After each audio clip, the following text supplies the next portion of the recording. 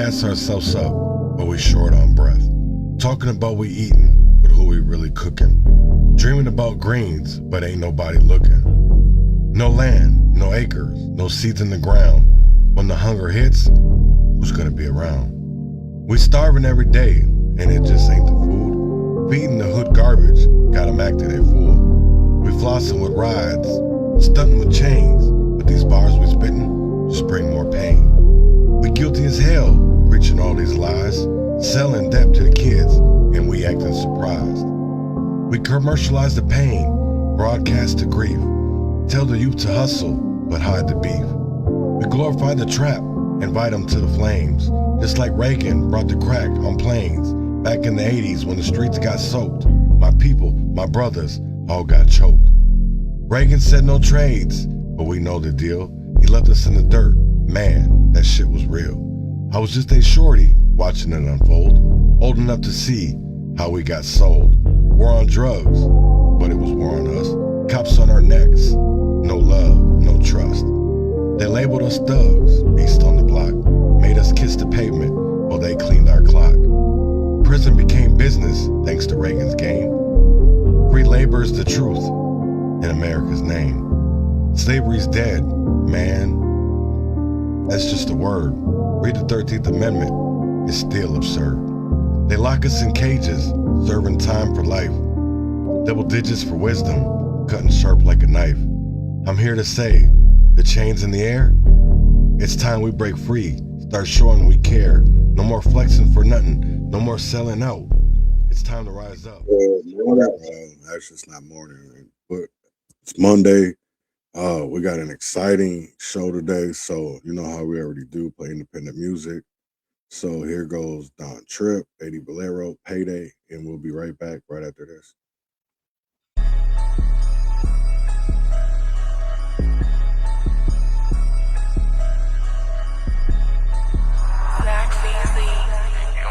Yeah, if you ask me, every day is payday. Don't ask me about so-and-so, that's below my pay grade. I'm my own boss and I think I deserve a pay raise. My cars is all space age, my kids got all straight A's. I beg you don't play. I'm spinning like a Beyblade. My dog facing Rico, still grinding off his J-Pay. Perfect day to vacate, the bills don't pay theyself though. Ain't no head and shoulders here, we only slanging elbows. Had to get my hands dirty, got it out the mud, dog. I promise you, this ain't the kind of dirt that you can scrub off. God bless my kids, I pray my troubles never rub off. And fuck who don't fuck with me, that means it ain't no love lost. But if you ask me, every day is payday. When fly niggas fall off, I think they call it Mayday. I keep a sharp knife on me, I'm just trying to stay safe. If you don't catch a bullet in this bitch, you get melee. My pistols got dreadlocks, I hope you in the reggae. While you was sipping ack, I was hand billing AKs. My wife think I'm a nutcase, she say I need a shrink, cause I always got the pipe that don't belong under the sink. And I'm always at work, tote the hammer, I'm a handyman. Tell them call the coroner, it's too late for an ambulance. Live and direct, look like they caught your ass on candy cam. And all my pockets stuff look like I borrowed MC Hammer's pants. Long live pill. Bet not slip and get your head smacked. Hitting out through the driver door, arm, leg, head back. Paper don't make you happy, who the fuck ever said that? Had to be a broke nigga who don't know where the bread at. Thuggin' where the feds at, gray sweat with the Reeboks. Lisset got the motion, they on pictures rockin' G-Shocks. Working overnight, unpack the load, I'm trying to restock. Prada ain't been hitting, I went back Gucci to the knee socks. Partner, if you ask me every day, it's like a payday. Put them youngins on your ass, bitch, I ain't Bobby, more like Ray Ray. Interrogation room, them boys had so much shit to say. Sat down and told it all, just like Cat Williams and Shay Shay. Package came a day late, almost had a heart attack. Rip it out the wall, you see me leave when all them charges snatch. Money not involved, safe to say I want no parts of that. Go back, touch the turf, out the trenches where it started at. Dress ain't got the starter hat, but my clip full of bald heads. Picked her up from study hall, my college bitch got tall legs. Count up at the wake, every dollar on me all day. Cold word Jaden Smith, go through painted all red. In here with the den of thieves, trying to spank a Brinks truck. Extras every pack, cause when you ship it, they might shrink up. Toasting to success, another cup I'm trying to drink up. Gorillas at the gas station, every time we link up. So buddy, if you ask me, every day it's like a payday. Clumsy, I'm Sonic, just wait slushy on my date. Used to split the meals, now the chef walk in with steak plates. Back in for a walkthrough, send Big Joe through, get the cake straight. Fuck it, bring the beat back. Riding with this heat pack, right there by the ocean. We got more shells than a sea shack. Soon as she get in, twist up her hair, I let the seat back. Flintstone pushing, rocking to the bottom of my feet crack. Streaming at the concert, sign the merch down with a white marker. Cash rules everything, stitching in it white tar. Heavy on the pop it in my section, you see light sparkles. Penguin in December, hard cold just like ice water. Nigga, it's Lero. It was Don Tripp, Haiti Valero. I'm doing Orange this week for the violence that happened in Minnesota overnight. I shouldn't say, I shouldn't say in Minnesota. It was in Minnesota, but it was in Minneapolis, not Minnesota as a whole. And that's something that we should sit here and have a conversation about, because we had all this money when it came to, the surplus. Where did the money go? And that's the one thing I can't understand. And maybe it's like, why are people satisfied with the crumbs that we do get? Why are people okay with the little crumbs that the community does get? And then when they do get that little money, it's just being scammed, it's being fraudulently wasted. You know what I'm saying? So I don't really understand all that. And to start this past weekend off, it was wild. We had 2 mass shootings in 24 hours in Minneapolis. And it's like, what are we doing? How are we trying to fight that? And it's not throwing out some kind of narrative. It's actually policies, the truth in policies. So here goes Minneapolis, another night of violence. And hopefully that we can come to some kind of solution. We can get to the core issue of the problem. Intolerable, senseless, disgusting. The words Minneapolis leaders are using to describe a mass shooting outside of an uptown nightclub that sent 9 people to the hospital. Thanks for joining us on air and streaming. I'm Morgan Wolf. Right now, the search is on still for whoever opened fire. Raya Katene heard from officials this afternoon and also spoke with neighbors. Raya?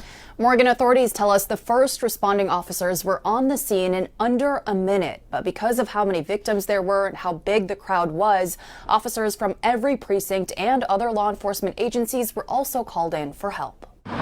To the people who love this neighborhood, it's got a special place in my heart. What unfolded overnight in uptown Minneapolis is a devastating reminder that anything could take a turn for the worse at any moment. Early this morning, Minneapolis experienced another senseless act of gun violence. Interim Police Chief Bill Peterson says 9 people were shot just after midnight as a big group gathered outside the Rain Event Center on Hennepin Avenue. According to social media posts, the venue was hosting an event with TV and internet personality Ivory Babu. This incident is an unthinkable, disgusting, and cowardly act. Police say the victims range from 18 to 27 years old, and 2 had life-threatening injuries but are now expected to survive. No one has been arrested, and investigators are still working to find out what led up to the shooting. This was a brazen act of violence in a crowded entertainment district where innocent people were placed at tremendous risk. That is absolutely unacceptable. Data from Minneapolis police shows so far this year there have been 200 reported calls of shots being fired in Uptown, in comparison to 192 all of last year. Police say they're now sifting through all surveillance and video footage from Sunday's shooting to help them figure out who's responsible. We are looking at all of the evidence, speaking with victims, speaking with witnesses. Meanwhile, those who love this neighborhood say what unfolded here, a confusing travesty, is also a reminder to show more love and compassion for one another. It takes each one of us to love each other a little bit more, to make sure that we're taking care of our neighbors. It takes all of us, one day at a time. The city and police say they need to hear from anyone who knows anything about this shooting. If you have any information, you can contact Minneapolis police directly, or you can reach out to Crime Stoppers if you'd like to stay anonymous. Yeah, that's kind of crazy. And I want to play something else uh, about rain. And this is somebody, a story of like a person that was right close to the shooting, and they describe how the shooting was.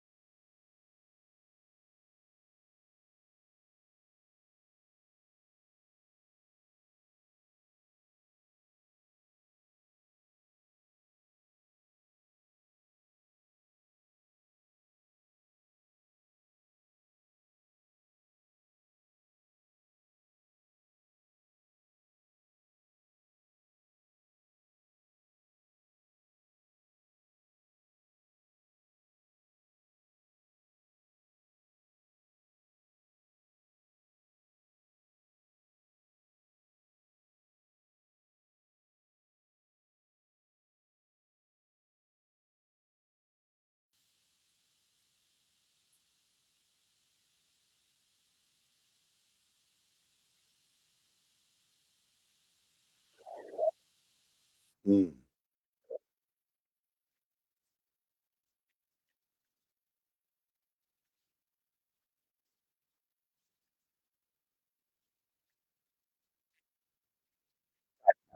And that's crazy because the more this happens, the less anybody wants to go out and kick it anymore. They don't want to go to the nightclubs. They don't want to go to concerts.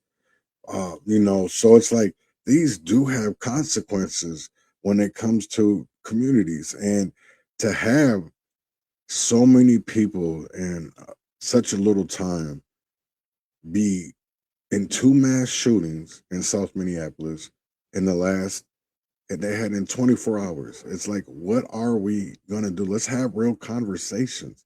What is actually gonna prevent a lot of these things from happening? And it's not a one solution problem because it's multiple. But it's something that we need to look at, and we need to have an honest conversation because this is getting out of hand.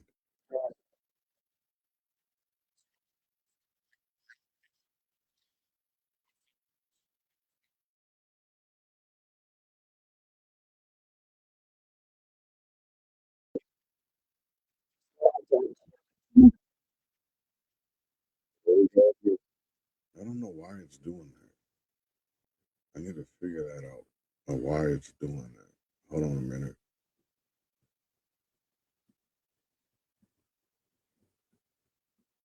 Mm, mm, mm.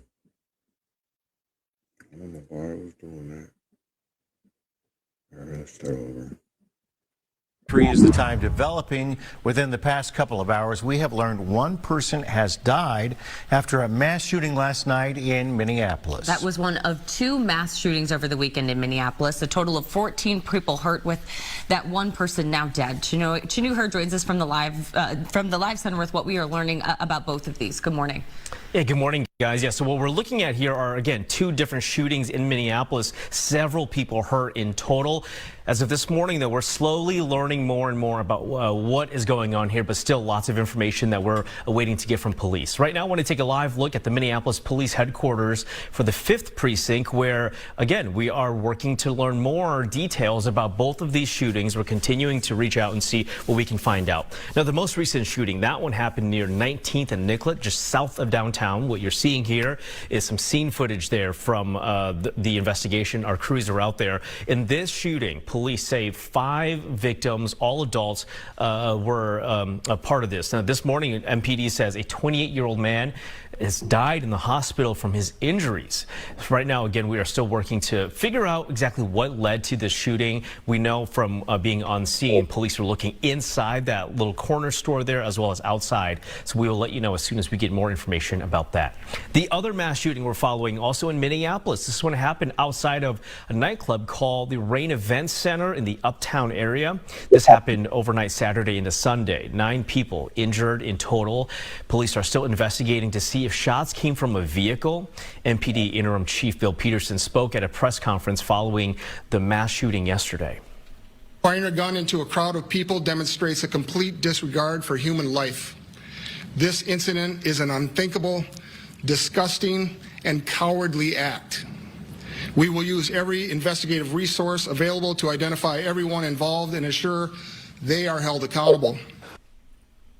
Now, Minneapolis Mayor Jacob Frey sent out a statement after that shooting at the nightclub there, saying this is a stark reminder that keeping our streets safe requires every tool available. We need partnerships where the perpetrators of these acts are arrested and prosecuted. We need to continue hiring more police officers to both investigate and prevent gun crimes. And we must embrace proven technologies from drones to ShotSpotter that allow our police to do their jobs with greater efficiency. Now, as of right now, we are still working to get more information from police, but we do know no arrests yet have been made in either of these shootings in Minneapolis, and we'll keep you updated as soon as we learn more. Guys. Yes, we will. All right, Chinu Hurd in our live center. Thank you. Thanks, Chinu. 8:06, and on top of those 2 shootings. Why does it surprise people? That's the one thing I'll never understand, right? So, hold on, you can hear that.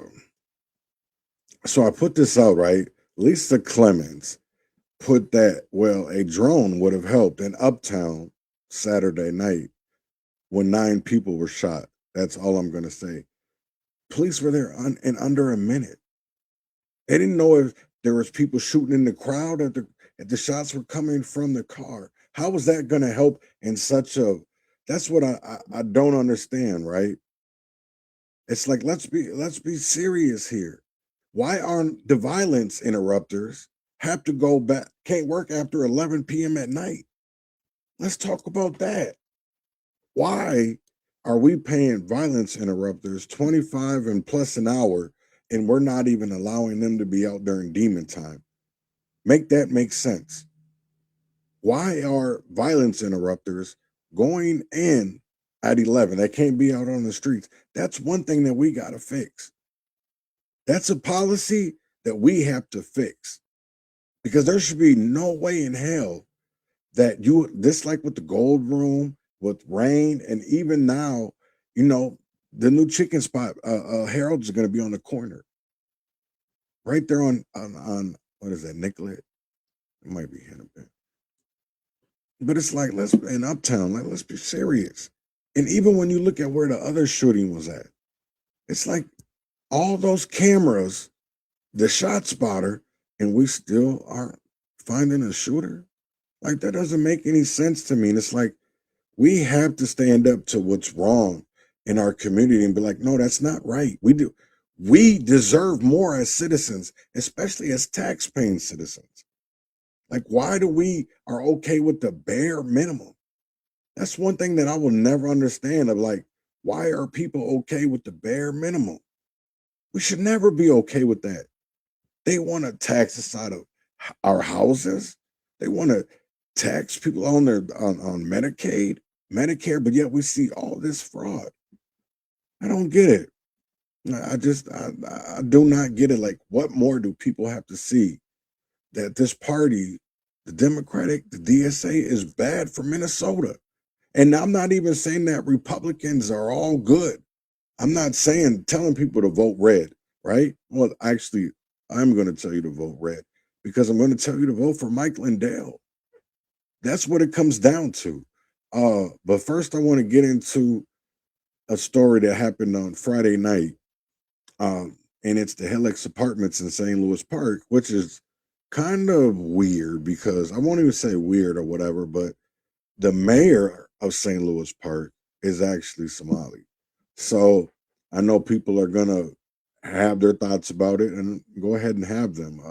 But let's let all the shit come out. The same thing that with a lot of these other stories and cases that are out here. Let's wait for the facts and stop jumping on narratives and conspiracy theories. Oh, it has been another active day now in St. Louis Park after this massive fire at the Helix Apartments. It's right along Highway 7. And now residents are returning. They're seeing what can be saved after this massive fire damaged their home, their belongings. St. Louis Park Fire Department saying this fire destroyed 90 units. Crews will continue to monitor these apartments for any rekindling. And right now, many residents are still without a place to stay. We're live at the scene. We have team coverage for you this evening. Our Richard Reeve taking a look at the efforts to help the people who've been displaced. Let's start, though, with Harrison Klopp, speaking with residents and a fire investigator about what comes next. Harrison. Leah, you said it right there. What comes next seems to be the big question in St. Louis Park right now, as the damage at the Helix apartment complex is incredibly visible over 24 hours after this tragedy. But if we pan to the building here, you can see what I'm talking about. Let's start on the first floor, where you can see water just pouring down. All that water being used yesterday from multiple agencies to treat the fire. From fire departments really across the metro that were here. But if we move all the way up to the third floor, remember, this fire started on the third floor. Right now, there is no roof on the third floor, as the roof has been completely burned down. If we move to the side of the building, though, you can see burned gutters, debris all over the place. But if we move in on that first apartment balcony you see right there on the first floor, I spoke with a woman that lived in that unit who tells me she's one of the many residents here that's lost everything. How does it feel to see that? I'm just in disbelief. We took a walk with Connie Willis this afternoon, who showed us outside her unit at the Helix apartment complex, or at least what's left of it. They won't even let us come in. Connie was told by damage control assessors this morning that her unit was completely destroyed. So you've lost everything? I don't have an ID, I don't have a purse. I don't have anything right now. We also spoke with forensic fire investigator Lauren Bruner today, who would not speak to the specifics regarding this fire because he might be called to investigate it. But after 20 years of investigating apartment fires, he told me once the fire leaves one unit and gets outside, it can spread quickly. Generally, siding is vinyl. Vinyl is very combustible, so it aids in the fuel of the fire. And then it hits the soffit and gets into the attic. There is no sprinklers in the attics. And then you have a roof fire. For what's to come, Lauren says investigations of this magnitude can often take a while, as he expects the whole complex to be looked at. It's very tough and it takes a lot of time, and this is not solved in one day. We're trying to find that answer. What is the competent addition source? But for Connie Willis, she says she can't wait any longer. I'm living in a place of uncertainty right now. I don't know what's next. I don't know. I got kids, I got dogs. Like, I know it's coming, but coming is not now, you know? I need security, I need comfort. And Leah, the latest update on the fire came just a few hours ago from the city of St. Louis Park, saying the cause of the fire still remains an active investigation. From St. Louis Park tonight, Harrison Klopp, 5 Eyewitness News. Harrison, thank you. You know, there's so many residents right now still unable to get inside and get their belongings from their apartments. Others don't even have an apartment to return to. Our Richard Reeve is live now with a look at how the community has been coming together and offering support. Rich. Yeah, Leah, in the wake of this terrible fire, check this out. I'm at the eastern side of the complex, and look at this. These volunteers have set up camp here, their own aid station. They did this all on their own. A lot of folks saw the news and came out to help. They've got food, snacks, and water here, even clothing for those in need. Now, keep in mind, out of 168 apartments, 90 were damaged, as you mentioned, Leah, either by flames or water from the fire. Now, you mentioned that 5-minute deadline for people to go in and get their stuff. That's only on the eastern side of the complex. Less damage there. As of now, nobody allowed inside, so a lot of folks have only the clothes on their backs, maybe a few possessions. We spoke with a woman who launched this volunteer effort, who's been out here all night long.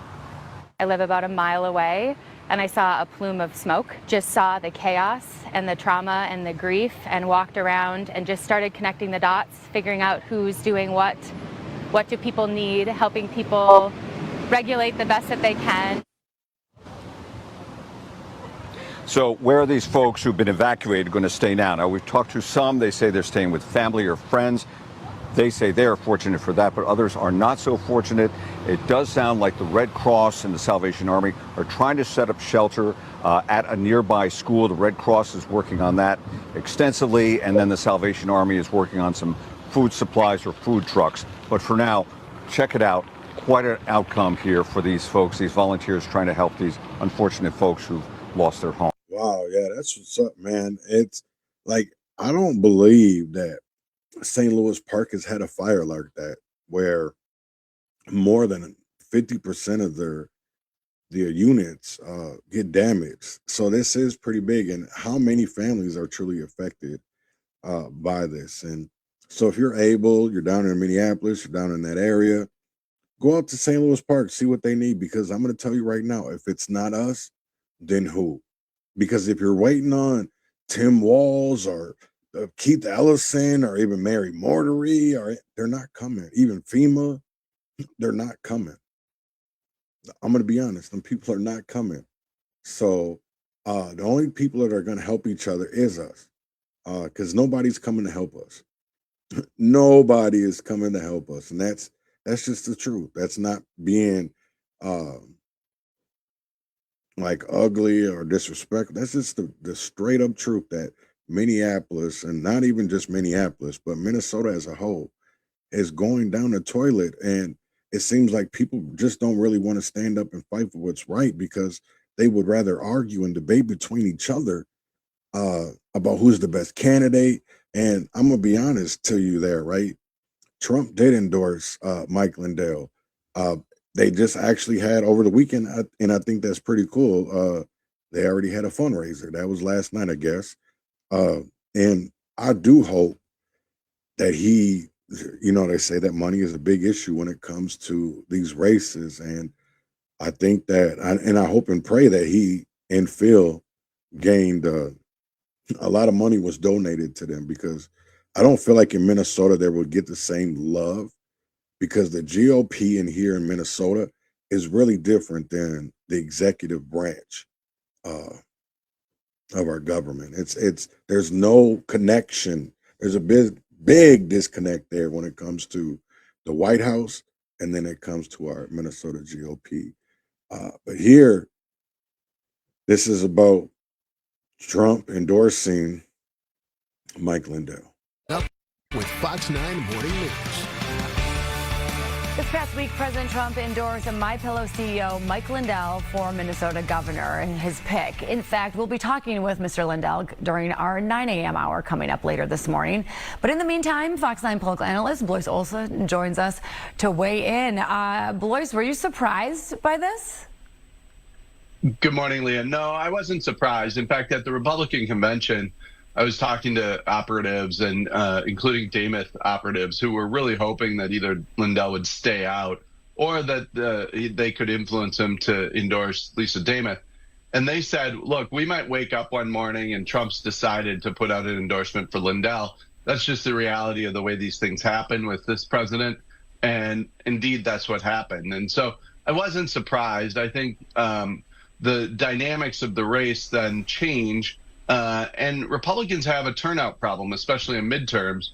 And the president being engaged here helps Republicans with turnout, but it may not help local Republicans with the result they want. Okay, yeah, expand on that a little bit more. The implications for the Republican ticket, but also implications for Democrats. Amy Klobuchar. We'll start with the primary. I mean, this is a competitive gubernatorial primary between Kendall Qualls, Mike Lindell, and Lisa Dameth.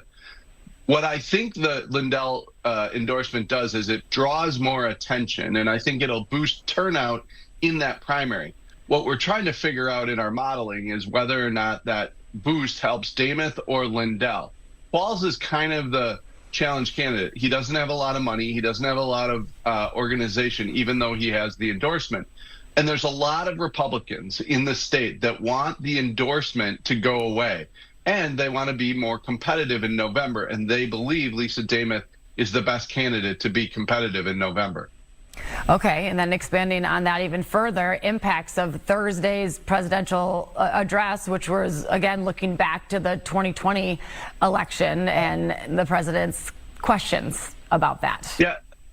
Look, I think there's definitely a concerted effort by the president and by some of his supporters to rally energy around some election conspiracies. I interviewed Secretary of State Steve Simon last week about what Minnesota is doing to make sure that we have secure elections. And in Minnesota, we trust our elections. We trust the local administrators of our elections. And but across the country, raising doubt going into the midterm is kind of this idea that can we trust the results at the end of the day? Are these going to be legitimate winners and losers? And that undermines just trust in democracy at a time when trust in most institutions just remains at an all-time low. Yeah, wow, there's just so much to unpack with all of this. And then switching gears as well, the Trump administration, the federal government, has now turned over this past week evidence that has been long sought after by Minnesota investigators in the ongoing probe into the fatal shootings of Renee Good and Alex Preddy back during the ICE increase. Yeah, I'll say this, right? When it comes to the Minnesota GOP, they wanted Kendall Qualls. There's a faction of Minnesota that wants Lisa DeMuth, and then you have Mike Lindell. I do think that's the hardest part, but I will say it like this: is that Lisa DeMuth is not at all the right choice. Lisa DeMuth is not the right choice. When it comes to fraud, people have to look at that, because I'll tell back in 2022, right? I had a meeting with 2 Republican legislators, and we talked about fraud. And it was always funny to me of like, I know a lot of people never took it serious, but it was actually true. I don't know if it was more about the messenger than the message, but that's what happened. And things are starting to come to light, no matter if it comes to Zion Baptist Church or Bobby Joe Champion and Jerry McAfee and Lisa Clemens and all them scamming ass niggas. You know what I'm saying? Like, that's why. If we want to end that shit, you have to bring in somebody that is not a politician. And that, to me, is Mike Lindell and Philip Parrish, because the Minnesota GOP, they already don't like him. Look at Alex Plesh. Look at a lot of the statements that have come out. And no, they want Lisa. Now, is Lisa the right choice for Minnesota? No, she's not. We need somebody that's going to go gung-ho, no holds barred, by any means necessary. And the only candidate that I see in Minnesota that is willing to do that is the candidate that everybody's scared of. They won't come out and say that they're scared, but they're scared. Mike Lindell is going to win August 11th. I'm keeping it 100. Watch what I say. Look at the things that are going on in the media. I've never seen Star Tribune. They don't even listen. They go at Mike Lindell harder about not being registered to vote in Minnesota than they will at Tim Walz when it comes to pardoning a 10-year-old that raped a 10-year-old child. You pardon him, an illegal immigrant. You want tampons in boys' bathrooms? Like, come on, seriously? if we want to correct Minnesota, that's what it's going to take. It's going to take somebody that's going to be extreme and by no holds barred. And that's what Mike Lindell is. That's what Philip Parrish is. And that's what they're scared of, because I can tell you right now, they know if Lisa DeMuth gets in there, that ain't no different than Tim Walz, and it ain't no different than Amy Klobuchar. The same thing with Kendall. But if we get Mike Lindell and Philip Parrish in there, I can tell you right now that there's a lot of people that are going to be scared, because things are going to change. Things are going to change. But if you want the same old regular degular, then keep on voting the same way, because I'm going to tell you like this. If y'all want to change Minnesota, you have to vote different.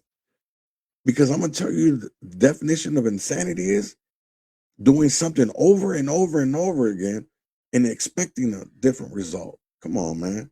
We're not that gullible. We're not that blue. Let's be honest. Where's we the people? It's not, you know what the crazy thing of it is?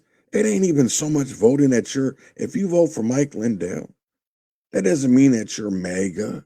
That doesn't mean that you're a Republican. You're just tired of seeing the same old shit. I just seen somebody, they have a 2024 Tahoe. She paid almost $1,000 for her tabs. Come on, man. People shouldn't be paying that. Fucking property taxes are going up. All because of this fraud. Because we have governments in Minneapolis, Rochester, St. Cloud, Duluth, who don't really care about the money that they spend, because they'll just put it on the taxpayers. So, doesn't matter. But now that shit is starting to hurt us. This shit is starting to hurt us. So are we going to do something different?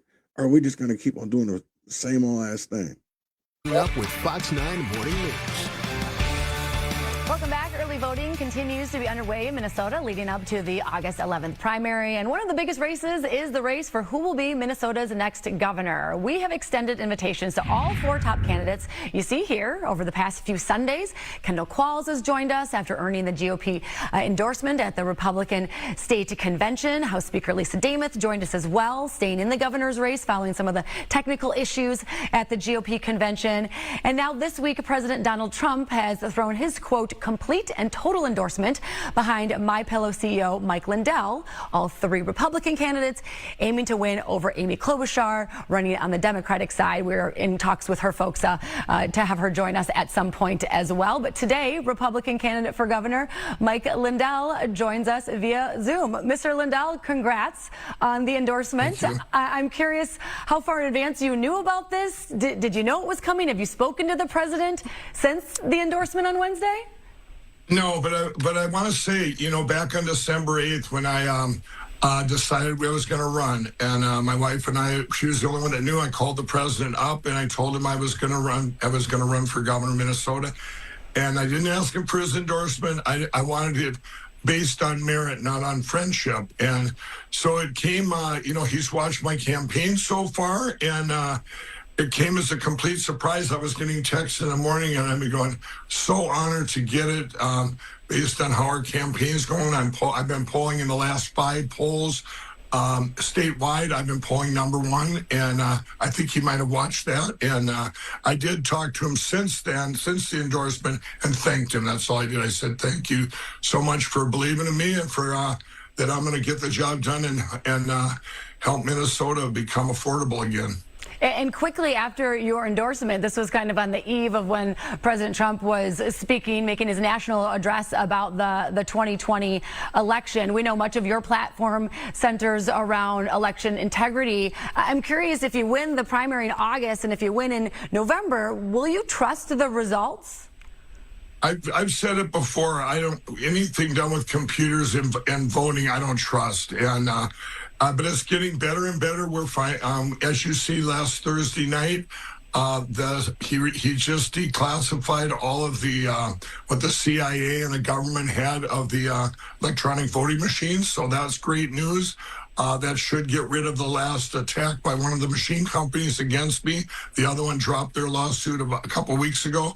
So things are looking really good there. But the main thing I'm running on in Minnesota is to make it affordable again.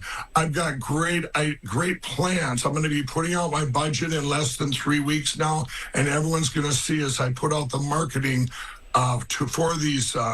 for what I'm going to do and for my budget. I think people are going to be very surprised. We have common sense solutions to our problems in Minnesota.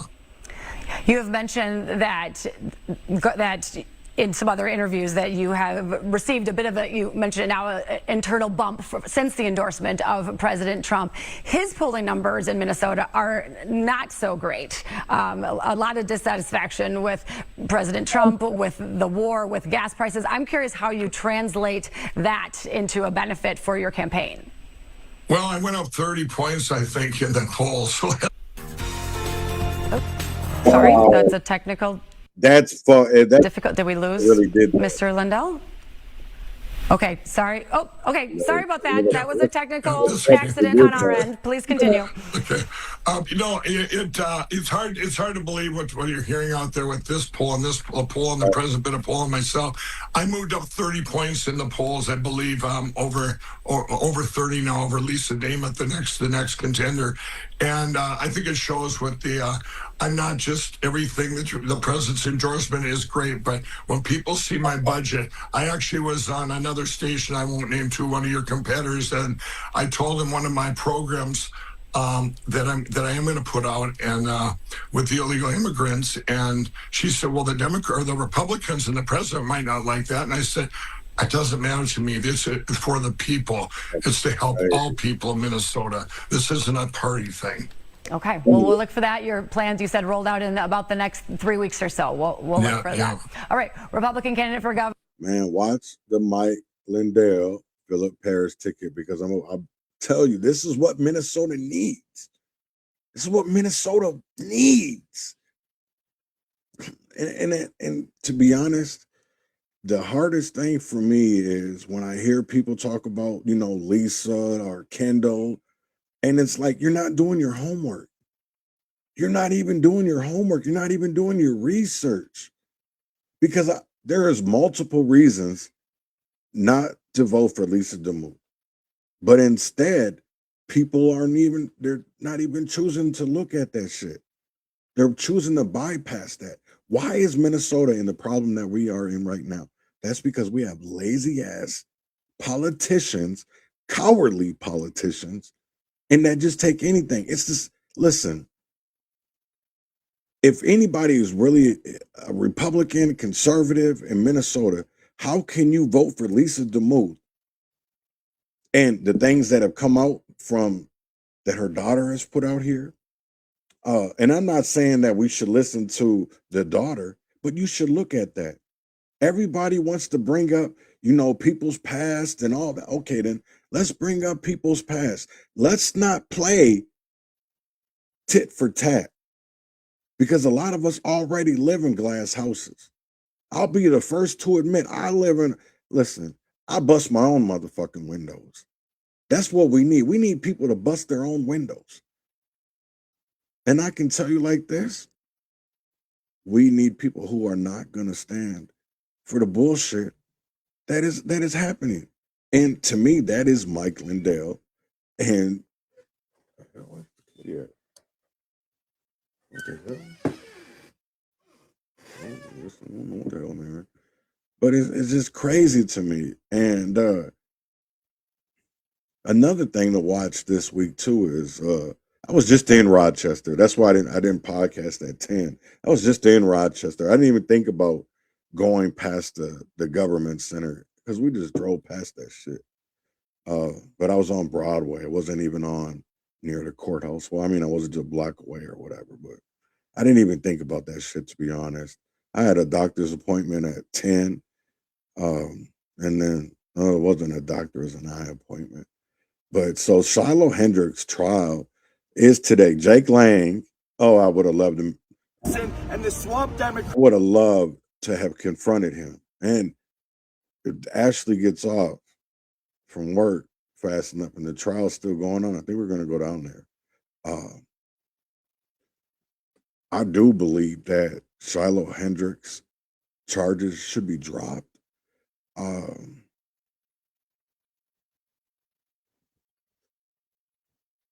What's happened in that whole situation has turned into a circus. It's not even about what's right or what's wrong. It's just a circus because they're trying to race bait us. And this is the one thing I want to tell Black Americans, right? What she called that Somalian boy probably didn't even hurt him. Probably didn't even understand it. Just because it's Somalian, the guy did. Oh, I know what that word nigger means. I'm gonna catch her. I'm gonna catch her so we can make some money. So we can get some money. That's what I'm gonna do. That's what I'm gonna do. And it's like, man, that's bullshit. So I just don't understand it. And so again, this is Shiloh Hendricks and at trial, Olmsted County in Rochester, Minnesota at the Government Center. For her First Amendment activity. Guys, Shiloh Hendricks is being lynched for her First Amendment activity inside this Minnesota courthouse right now. But the unity that we're having here is amazing. Crazy how a lot An of organization called Nova. They're standing up against white people's rights being obliterated in America. Right now, Shiloh's facing 180 days in jail.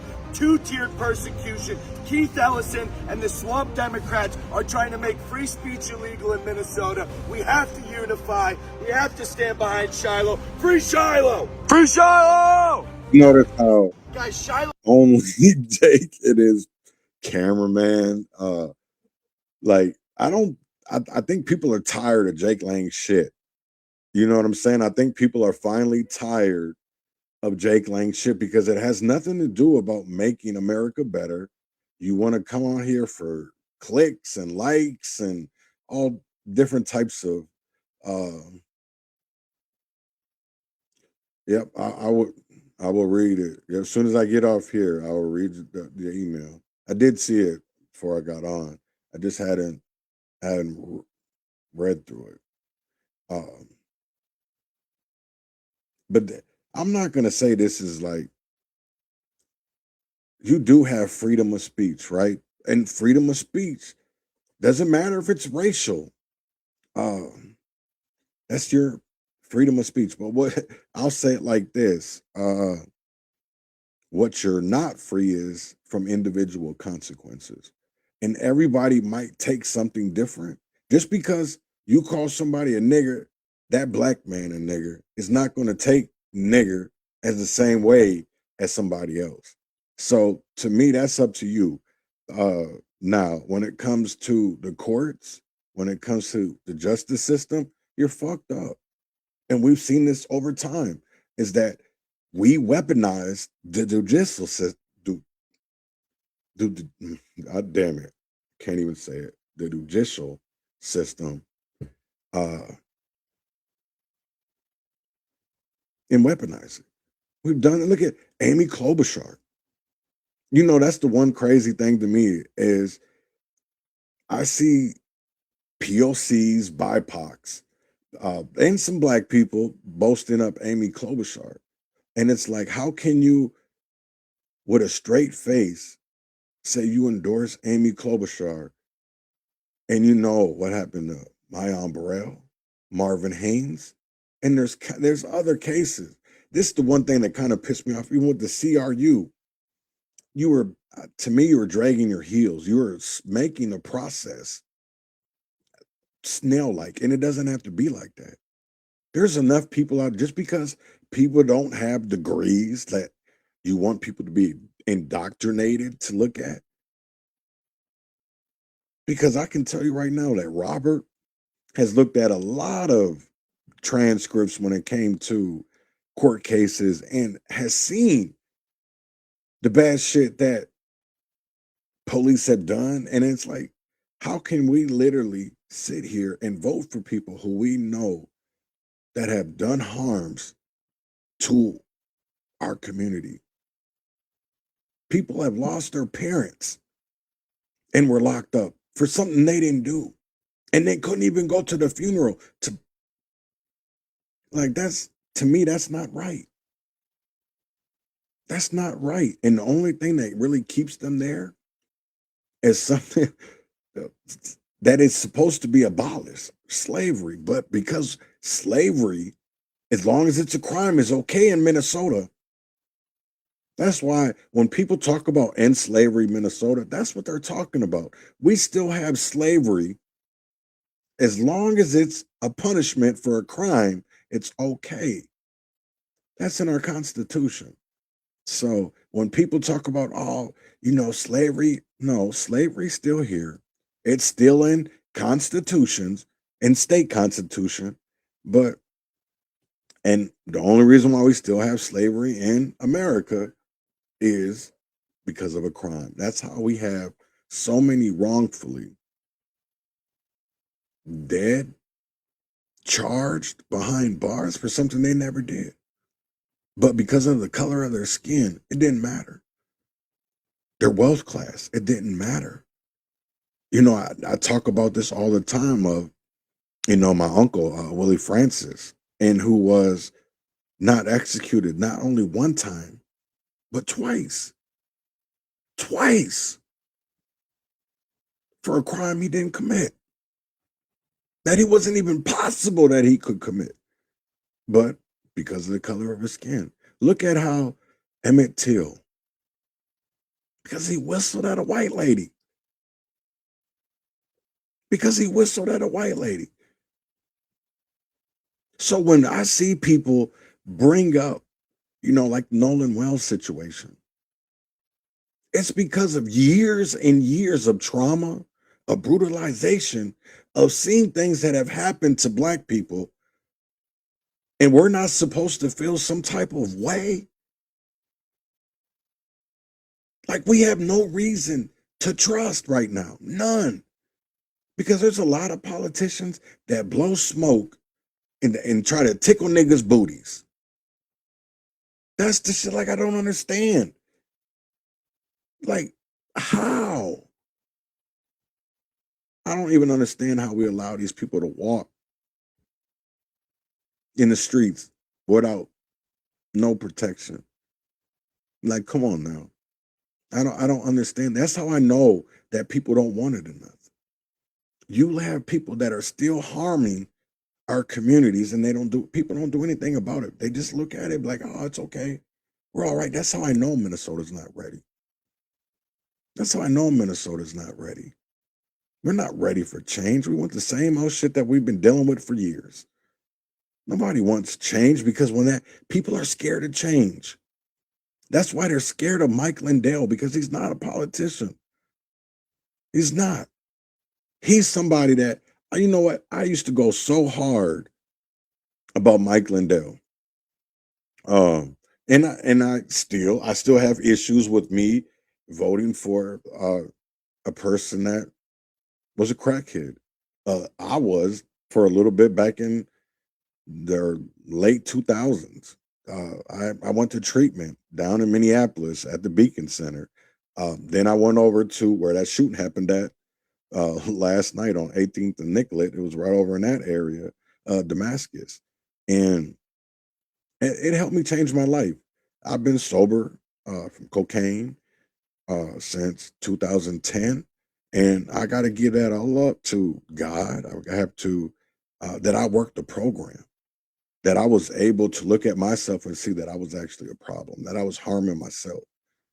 And I don't want to do that anymore. I've seen what crack and other drugs can do to our community. And I knew better. And even though I was dealing with my own shit, I succumbed to it. So that just shows you that the shit that you go through, if you're not dealing with it and you're just letting it build up, it gets too much for you to handle. And you go out here and you do shit that sometimes you can't deal with the consequences when it comes back around. At that time I was engaged. Then I lost my. Yeah, she tried to commit suicide. Ended up doing it about a year later or whatever. But it's like you never know what a person's going through. I never knew she was going through that type of shit. I thought she was A-okay. And when all that happened, I didn't see it. So I blame myself, and it led me to using. And that's what shit can push you. Uh, if you got demons, and I have demons, and now I'm not scared to talk about it. Doesn't matter if it's a criminal case. Doesn't matter if it's my drug history or even about the relationship with my kids. I'm an open book. I'm a work in progress. I have been a man who has been through um, prison. I've been through juvenile facilities. I've been through juvenile camps. So I've been sexually assaulted by correctional officers as a joke out in South Dakota. That's one of the reasons why back in 2018 I was able to, with the help of my lawyer from Minnesota, I was able to get all the things that I was looking at in South Dakota dropped. And that did happen. I was looking at life. I was out on bail. I mean, I was literally having to pay up my ass, man, to get out on bail for some shit that, first of all, I never even did. Uh, but I literally had to go. My lawyers out in South Dakota didn't even like, she never argued for me or anything. But the minute that my Minnesota one did, yeah, it was a wrap. And they agreed to drop the charges. And it was I mean, it wasn't, went through the ordeal for like 2 or 3 years or whatever, but I came out on top. And when you're being truthful, people appreciate that. A lot of people don't like the truth, but telling the truth, people appreciate that. And that's one thing that I can say of like living in myself today. I feel a lot more happier. I feel more, um, especially at the things I've accomplished. My relationship with my kids are not the best. Uh, when it comes to my family, it's not either. Um, but there's some shit that happens and you can't fix it. You can't. Uh, you just don't want to fix it. You don't want to repair that bridge, or you just let it be what it is. And I think people have to be okay with that. And sometimes people aren't, but I am. And it ain't easy, but it's one thing that I'd rather go through by myself and with the people that I know that I can depend on. Because yeah, I know when I bring up Mike Lindell or as part of his plans, and people get scared. Well, we don't know if we're ready for that. Why aren't we not? Aren't we sick of this bullshit? Aren't we sick of this turmoil? The shit that we see. Aren't we tired of seeing that? And then with all the billions wasted fraudulently, with nothing being fixed, people are dying that should have been helped. Aren't you guys mad? That's what's crazy to me. Like, aren't people upset? Like, when is enough it's gonna be enough. Even when it comes to Heritage Park, it's like, I bring up the fact that before it was Heritage Park, it was the Sumner Fieldhouse projects. The only reason why you have Heritage Park now is because of the bullshit that they pulled back with Sumner. So I'm going to tell you like this, nothing has really changed. And that problem started back in 1990, and it's 2026. Motherfuckers still dealing with that shit. They never, even when it came to the consent decree, nothing's really ever changed. These motherfuckers still are putting out racial covenants in counties. Like, oh, I didn't know those were there. How the fuck did you not know those were there? Wait, there's so much shit that people don't even know what's in their city charters. Because niggas can't read. They don't want to read. They don't want to know better. I don't understand that shit. Like, isn't the whole point of getting older is to doing better? Or do you just want to keep on going through the same old bullshit? That's why I don't have a lot of friends. Because I don't want to be around some knuckleheads or people that are okay with scamming or getting over on others, because that's not me. If you can't do it the right way, I don't want to fuck with you. The same thing that I say about like the NAACP and all these nonprofits. Like, listen, if you get money from the government, they're not going to fund you to correct the shit that's wrong in our community because they get too much money for it. They get too much money. Listen, we talk about homelessness a lot, especially right now because starting August, I think it's August 3rd, that in St. Paul they're going to start evicting the homeless encampments, and it's like all the money that's been blown, wasted, fraudulently. Like we could have done differently. We could have done differently. What the hell? Where you at? Shadow.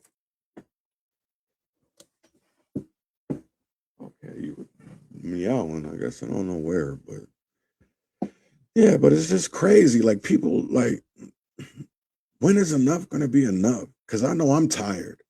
I'm tired of it. I'm tired of seeing the same old politicians that have lied to the community, but yet people don't stand up to it because you don't want to bite the hand that feeds you. And that is, to me, is what the biggest problem in Minnesota is, of why we never eradicate or even get rid of the bullshit, is because the people don't ever want to. They feel like they have some kind of, I won't even say loyalty, but some kind of pact, or I don't know what to fucking call it. But it's just crazy to me. Like, why is doing the right thing or telling the truth got to be so hard when it's really so easy? I don't understand that shit. Don't tell me I'm silent. No, I'm not. I'm about to say.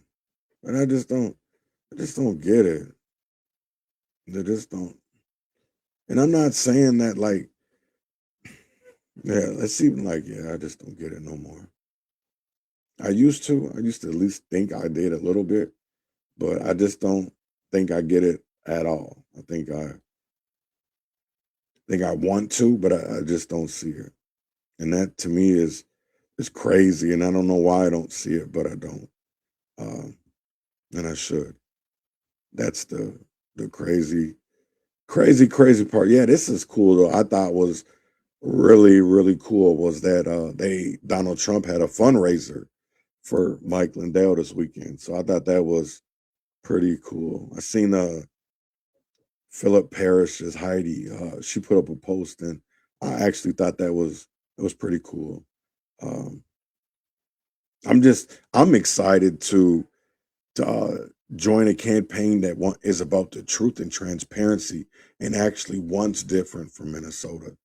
But yeah, this shit kind of tripped me out too, because even going back to how they pardoned a child molester just so he couldn't be deported is fucking wild to me. I will never understand Keith Ellison and Tim Walz for this, right? So prosecutors opposed Tao Lu Vang's pardon, revealed victim was pressured by family to not cooperate. What's crazy to me was the victim was his sister-in-law, who was underage, who was 10. I don't get it. The Ramsey County Attorney's Office urged Minnesota Board of Pardons to reject convicted child sex offender Tu Lao Vang's request for clemency. We offered a dispositional departure in this case because the victim, then 12 years old, was experiencing pressure from her family to not cooperate. To not cooperate, wrote Tammy McConney of the Ramsey County Attorney's Office. Despite that, the Minnesota Board of Pardons, consisting of Governor Tim Walz, Attorney General Keith Ellison, and Chief Justice Natalie Hudson, voted unanimously to grant the pardon. When are people going to stand up? When is enough going to be enough? Isn't this enough? Isn't the 14 people who were shot over the weekend over? We had 2 mass shootings in 2 days, in 24 hours. When is enough going to be enough? I don't get it. I just do not get it. I do not. Oh yeah, I seen this too. I thought this was kind of crazy if people didn't see this. There was some kind of device that went off in New York City that exploded. He's been arrested, but yeah, it's kind of crazy.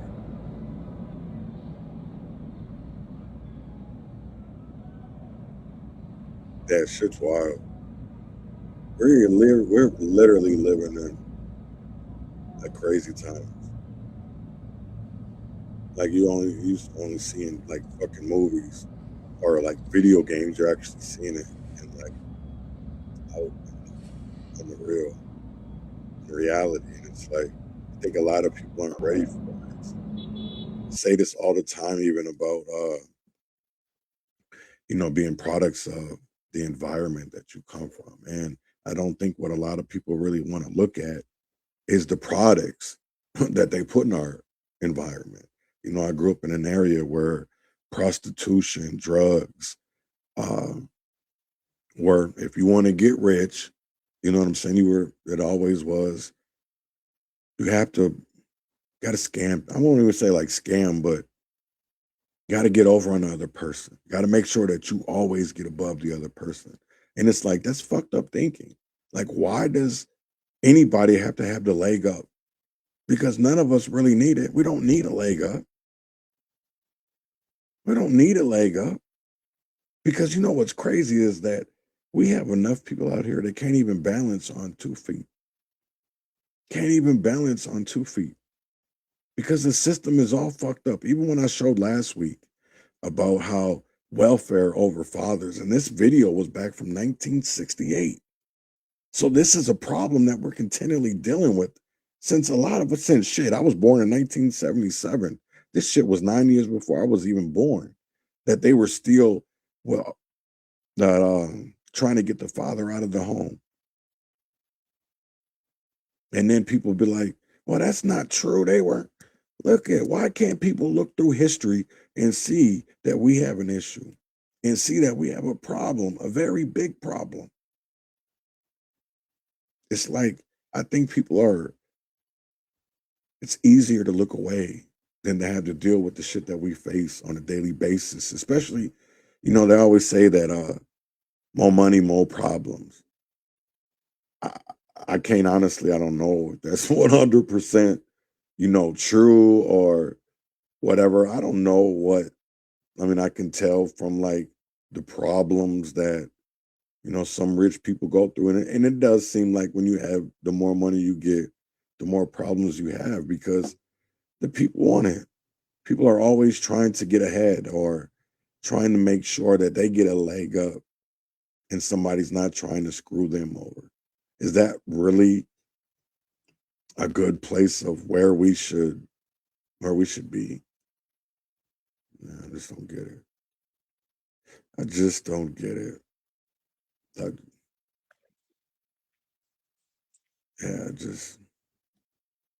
It's like, what more do people have to see? What more? Like, isn't what we're already dealing with enough? Like, I don't get that shit. Like, what more do you need to see about the like property taxes going up or, countless other things going up and people don't even care. It's like, oh, we'll be okay. We'll be okay. It doesn't work that way. So what I don't understand is like, why don't people realize that? Because we can do better. Can definitely do better. Because once we know better, we should be able to do better. And somehow that's not happening. And we have to figure out why that's not happening. And one of the reasons I can tell you is that so many people are indoctrinated. And we've allowed activists to become politicians. Because that's what we look at Minneapolis. They have more activists than they have politicians. Look at Shake Tie. Aisha Shake Tie, she had to take a mental health break for a month. I think there was other two that had to take a little absence for a while. It's like, come on, man, this shit's not that hard.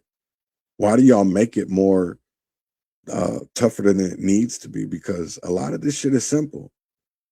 A lot of this shit is simple, but because it's so scary, we don't have those type of conversations. And I get it. I truly get it. And I think that's part of the biggest problem. So I'm going to get up out of here. I'll be back on Wednesday. I am going to talk about Shiloh Hendricks, the trial a little bit more, maybe a little bit more go on. And Maria, as soon as I get off here, I will look at your email. And I hope y'all will come back 10 o'clock Wednesday. And until then, I hope everybody has a good one and enjoy yourselves. Stay out of the heat. Make sure you're not croaked because it is hot as hell. I will say that. It's hot as hell. So with that being said, I will see y'all Wednesday, same time, same place. Let's get up out of here.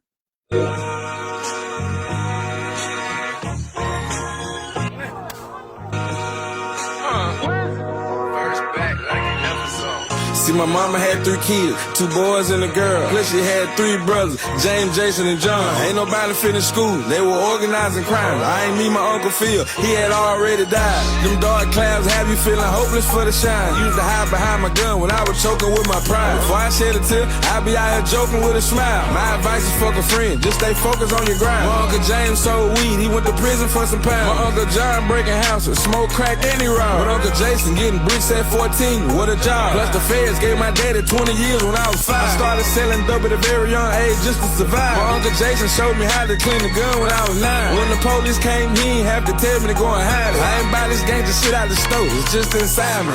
If you take a walk on my avenue.